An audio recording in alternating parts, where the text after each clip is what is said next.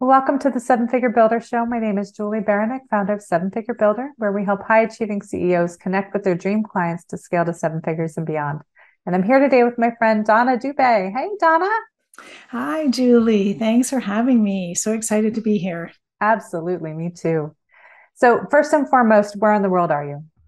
Yeah. So I'm up in Toronto, Ontario, in Canada, where we've got Beautiful. nice fall weather where we're recording today. Awesome. Yes, Yeah. we're getting that down here a little bit as well. Looking forward to the leaves. Yes. Awesome. Well, for those that haven't had the pleasure to meet you yet, can you tell us just a bit about what you do with your business? So my business is CEO Amplify, and I am a certified director of operations and business growth strategist. So what that really means is that I work closely with the CEO who is trying to grow their business without working 24/7. And so from the operations side, I help them leverage three things: their time, their talent, and their tactics, so that they can grow to the next level and still have time for life outside of business. I love that. And there's so many things in that that you cover from time, talent, tactics, but where do you help people the most? Like, where are they? Well, actually, let's start with where are they in their career generally when you're helping them? Yes, right. So most are six figures. They want to go to seven, but they feel stuck. So they're constantly putting out fires. They've got their laptop open way more hours than they're willing to admit. Um, and family and friends are starting to notice, and they're also starting to notice that I can't be as present in certain situations as I want to be, right? I want to make more income without working harder. And the world will tell us work harder, grind some more, and you'll get there. And I totally do not believe that. I believe in working smarter, not harder. And so, really, it comes down to being intentional with our time and time blocking and paying attention to how we're using our time as CEO to then maximize our efforts. We have to remember that even though you might think my business is not as big as I want it to be, you are still the CEO. And that doesn't mean chief everything officer, right? And so I want you to really hone in on what your zone of genius is and make sure that your days and your weeks and your months are allowing you to work at that level. And the other things are either being delegated, they're being automated. We're stopping them if we don't need to do them. We're systematizing all those workflows and things in the back end so that you're not sitting there going in and adjusting the landing page on your next project that you want to release, right? So, really, just being intentional about that time. We only have 24 hours in a day. How we use it and how we plan to use it really matters. Totally. And I'm a huge proponent of working smarter, not harder. That's like the basis of what I do. So I Mhm. totally agree with you. But for people that are hearing this and thinking, my God, that's me, where do they start? Like where do you even begin with that? Yes, right. So I heard this quote by James Clear, and it's kind of always resonated with me. And he says, the myth is that there isn't enough time. There is plenty of time. There isn't enough focus with the time you have. So when I'm working with CEOs, we usually start there in terms of focusing. So some people may be starting their day like this. We get up, have breakfast. Maybe we have a morning routine, but likely we're heading straight to the laptop pretty quickly. Turn it on, log in. We've got, 20 or 30 emails. We start going through those. Ding, ding on the phone. Someone wants to, reach us on Instagram. Our team wants us on Slack. And so we're busy responding to everyone else's demands. Next thing we know, it's 2 or 3 p.m. We haven't accomplished a thing that was our priority as CEO. We haven't accomplished a thing to actually move the needle forward in our business. What we've been doing is being reactive to everyone else. And so I start there and say, I want you to flip the switch and start being proactive with your time, right? That doesn't mean ignore your team. It doesn't mean not answer your emails, but there's a time and place for that. And that will be built into your schedule, not necessarily first thing when you start the day. Absolutely. And I think it's very important, like you said, to become proactive, not reactive. Like we need to be intentional with our time of where we're spending it instead of just putting out fires all day long. And before you know it, it's the end of the day and you haven't eaten yet. Mm-hmm. That's not Right. very sustainable. Right. And I just want to say, Julie, we're talking about this now, but this is not because Julie and I are perfect.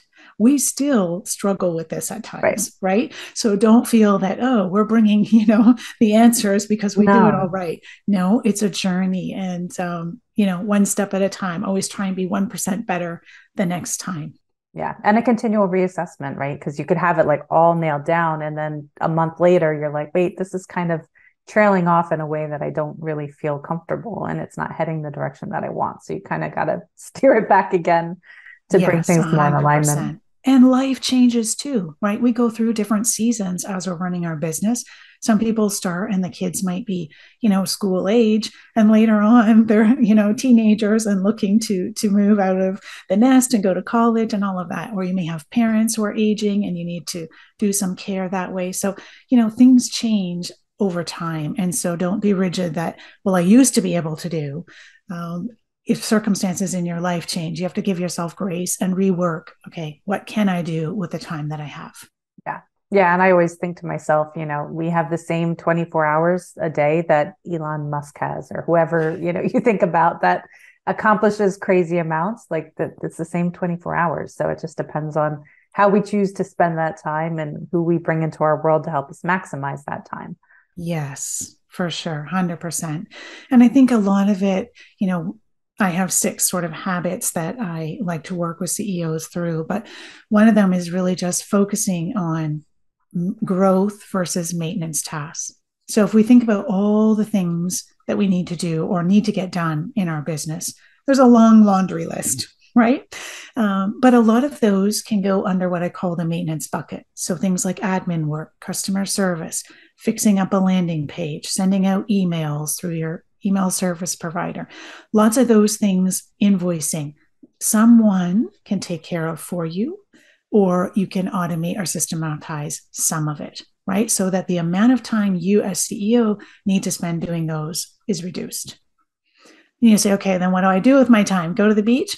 Well, certainly you can build that in. But what we want you to be able to do with that time you get back is to then focus on growth level tasks. And those growth level tasks are really the things that move the needle forward. That's where you're seeing the return on investment and growth in your business. And those are tasks that you as CEO have to do. You can't delegate them to your virtual assistant.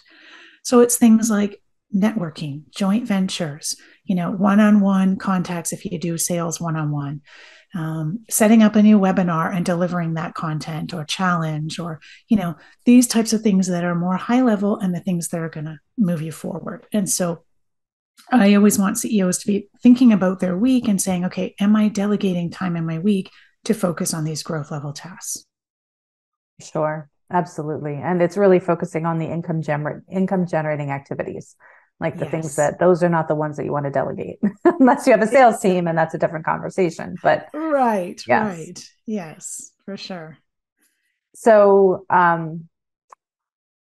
oh my goodness, my brain just went totally blank. I'm sorry, I'm not usually this like It's scattered okay, at the no moment. problem. Um, oh, systematize. That's where I wanted to go. So, and I will go back and polish this later. So, no worries, or my team will rather. So when we're looking at those things in our day, how do we determine what we can take off our plate and what should be pulled into a system or automation? Like, what are the gaps that you see that people most often miss? Yeah, good question. So, what I like to do is do a brain dump. So, CEO makes a list of all the things that they're currently ruminating about. I got to do this, I got to do that, got to do this in your business. And then we want to strategically make a to do list, because just going through that list from top to bottom or picking the things that really stand out that you like to do and want to do is not strategic. And so, what I encourage you to do is follow the Eisenhower matrix, where we have 4 quadrants and we're really mapping out how important things are and how urgent they are. So, important criteria is relating to revenue generating. So, if it is exactly tied to generating revenue in your business, it's important. Urgent is relating to, does it have a deadline that's coming soon and there'll be a consequence, a negative consequence, if I don't meet that deadline. So, as an example, getting your taxes ready and paying them on time, right? Not something most of us enjoy doing, but something that needs to get done. Right. And so if you're in that time of the year where taxes is coming, that task might be more urgent than at other times of the year. So then you take each of the tasks that you wrote down on your list and you know put them in one of the 4 quadrants: important and urgent, important, not urgent, not important, not urgent, and important, not urgent. And so what you're going to do is you want to really focus on the ones that are important and urgent, because those are the ones that are going to have a consequence and are also revenue generating. And that's where the gold is. That's where you, as CEO, when you're spending most time in those tasks, where you're going to see the growth and the momentum in your business. The other thing, the other 3 boxes, you're going to say, okay, but what about all those things? I can't just forget about them. And so again, if you have a team, let's look at what are you currently delegating? Are there things, tasks in those boxes that you could delegate to your team and you just hadn't thought about it?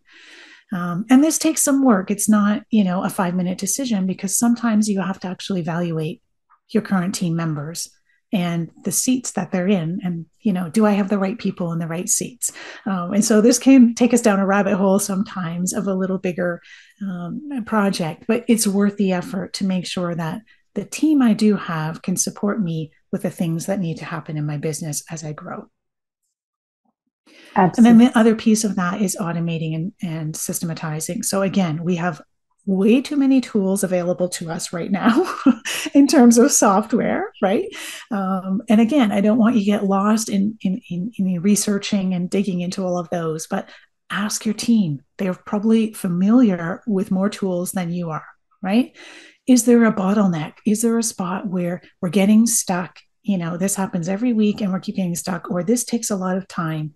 Ask your team, how can we make this easier, right? Ask your mastermind, do you have anything for doing XYZ? And that can give you a good sense of what's out there without having to go dig, from scratch.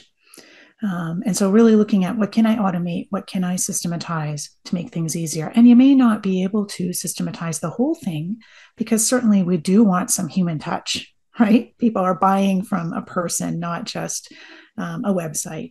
And so we want some human touch there. But even if you could automate half of the current process, it's taking you half as long, that's a gain. So as we're looking at the things to automate, what are the parts of the customer journey that you see that people are most, easily able to automate, like the customer onboarding, or what do you see that people are able to kind of take off their plate and off their team's plate to simplify? Yeah, for sure. So definitely right from the get-go, before they're even a customer, we can automate quite a bit. So depending on your business, let's say you do have, a one-on-one call for a discovery call, or, information call, whatever you want to call it. That whole process can be automated. So in terms of having a calendar, having them book in the calendar, having reminders sent out automatically to them to, remember to come. Same thing as what we did, Julie and I, for booking this podcast. Is she had a calendar. I booked in a time that worked with me, and I got some reminders, to remember I showed up on time, and here we are. So, that front end can be really helpful. You can also set up a email sequence from someone who's, new coming into your world. So whether they reached out to you personally or they joined your email list, set up some emails that they're going to get spaced out to welcome them, to nurture them, to tell them a little bit more about your business. So all of that stuff can be set on automated, but like Julie said, with still a personal touch, right? Julie's emails are going to be completely different from mine, and that's the way it should be. We still want your voice in there. We still want it to sound like it's coming from you without you literally typing it. And then once we get to, okay, now I'm actually a customer, invoicing, booking calls if they are coaching and they need to book calls on certain days. All of that, again, can be automated behind the scenes, so that you as CEO don't need to worry about it. Your team doesn't need to worry about it, but your team can be notified if, an invoice isn't paid on time or a proposal hasn't been signed, that kind of thing. But all of that, again, can be set up so that it's not something you're doing every time. So it's really about setting up those rinse and repeat systems that can happen over and over without your touch. For sure. And I like to think about, what are the things that you're doing over and over and over again that can be just taken off your plate entirely. And those are the things that are really good to automate. And it also allows you as the CEO to get out of the weeds and get back to being the visionary of your company, which is huge. And that's ultimately where we need to be. Yeah. And it also will save you time and money. And, the things that you're doing at your billable rate as a CEO could be much easier if that happens by your VA, at their billable rate, which is completely different than yours, which then frees you up to make more money, to do the income generating activities, and is a much lower rate. So it's a win-win all across the board. Yeah, 100%. Yes. I remember just last week, actually, I was working with a client and she was like, well, I got a little creative. So I went in Canva and I wanted to do, and I was like, okay, how long were you in there for? Not that long. Right. And so I did Famous that last exactly with words. them. Right. And I was like, so we went through that. I'm like, okay, what's your billable rate? If you were there an hour, and what's your VA's billable rate? If she was there an hour, it might not even take her an hour because she Right. knows Canva better than you. Um, and sometimes we just need those numbers in front of us to Yeah. see that logic and to make the switch, right? Um, but without actually someone pointing out those numbers, sometimes we just think, oh, it's just a little Not bit of that time. long. Yeah. And Yeah. it's And fun. But especially, I get it as a creative visionary. Sometimes it's fun to go and be creative and do those things. And so I always encourage my clients to, once their business is rolling and it feels more smooth and we've got systems and things set up in them, if they are not developing anything new, a big project at this time, like let's say, they're writing a book, but they're not there yet, to take some of that energy, that creative energy they have, and have a passion project, right? Because we're tended, if we don't, we're tended to get into the business and muddle with it. And then we're trying to fix something that isn't broken, right?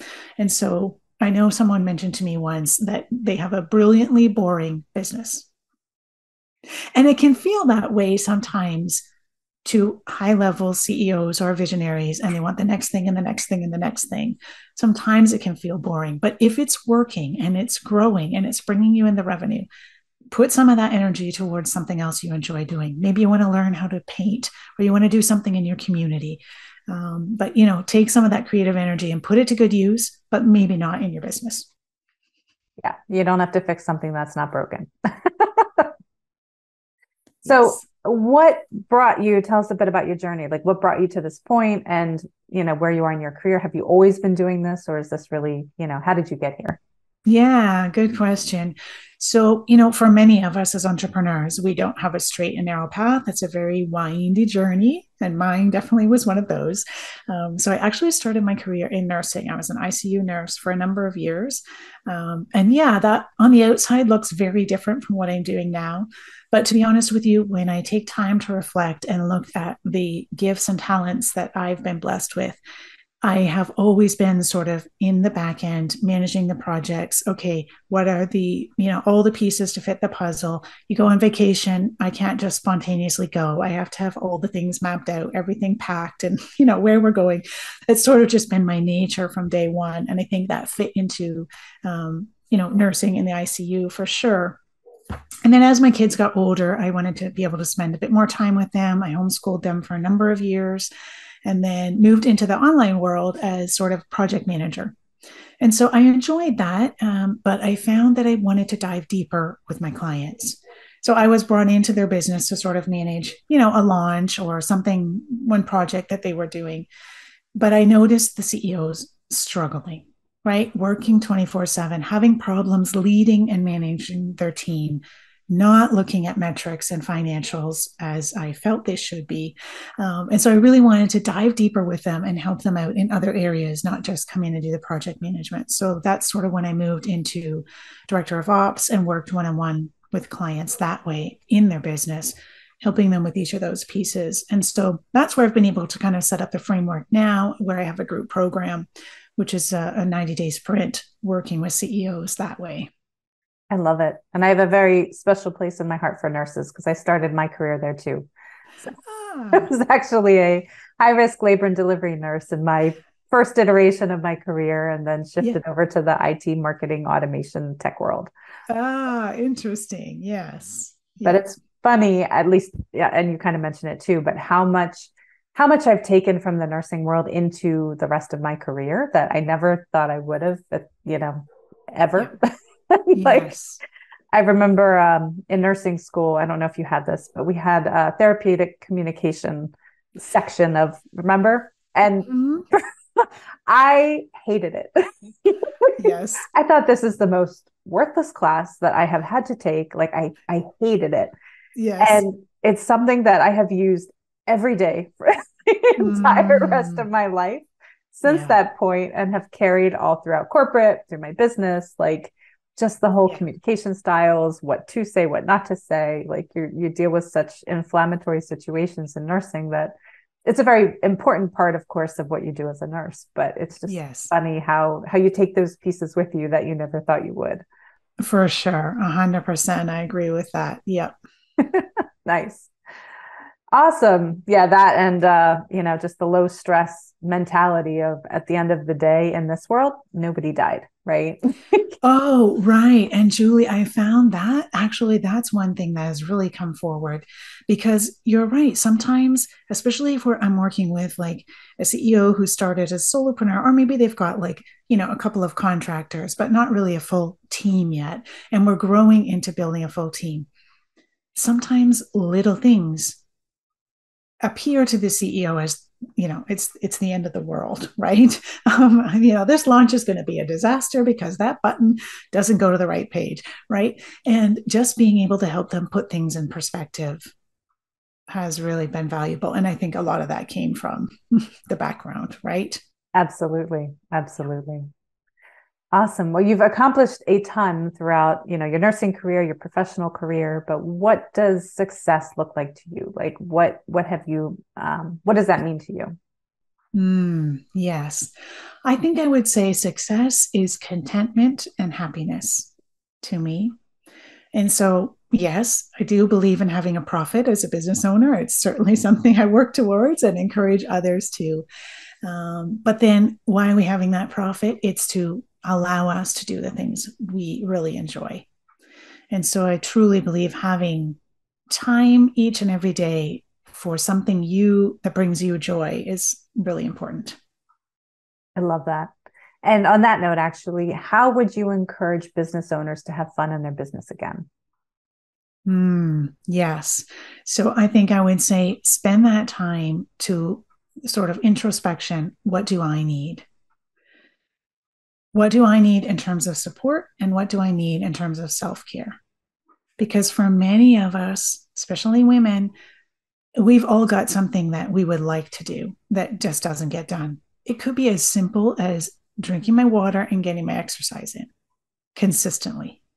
Could be as simple as booking a massage that I know I need, right? We're very much willing to book and take care of everyone else and ourselves come last. So just some introspection and really looking at what brings me joy and how can I build that in to my schedule. My business is not going to fall apart if I take an afternoon off for myself. And so, really, just believing that and then figuring out what brings me joy and what do I want to do if I take an afternoon off, what would it be?